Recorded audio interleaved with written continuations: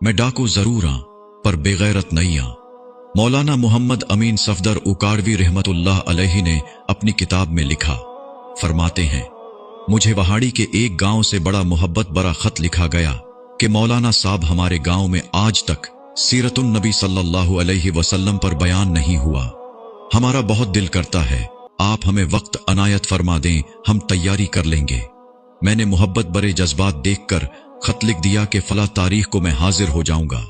दिए गए वक्त पर मैं फकीर ट्रेन पर से उतर कर टांगे पर बैठकर गांव पहुंच गया तो आगे मेजबानों ने मुझे हदिया पेश करके कहा, मौलाना साहब आप जा सकते हैं, हम बयान नहीं करवाना चाहते। वजह पूछी तो बताया कि हमारे गांव में 90% कादियानी हैं। वो हमें धमकियां देते हैं कि ना तो तुम्हारी इज्जतें, न माल, न घर बार महफूज रहेंगे।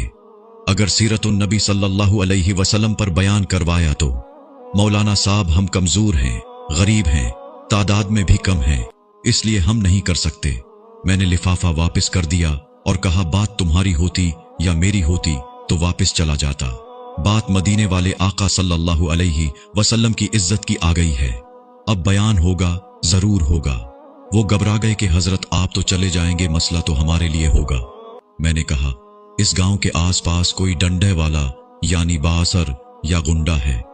उन्होंने बताया कि गांव से कुछ दूर नूरा डाकू रहता है, पूरा इलाका उससे डरता है। मैंने कहा, चलो मुझे ले चलो नूरे के पास। जब हम नूरे के डेरे पर पहुंचे, देखकर नूरा बोला, अज खैर है, मौलवी कीवे आ गए ने। मैंने कहा कि बात हुजूर सल्लल्लाहु अलैहि वसल्लम की इज्जत की आ गई है, तुम कुछ करोगे। मेरी बात सुनकर नूरा बिजली की तरह खड़ा हुआ और बोला, मैं डाकू जरूर आं पर बेगैरत नहीं आं। वो हमें लेकर चल निकला। मस्जिद में 3 घंटे बयान किया मैंने और नूरा डट कर खड़ा रहा।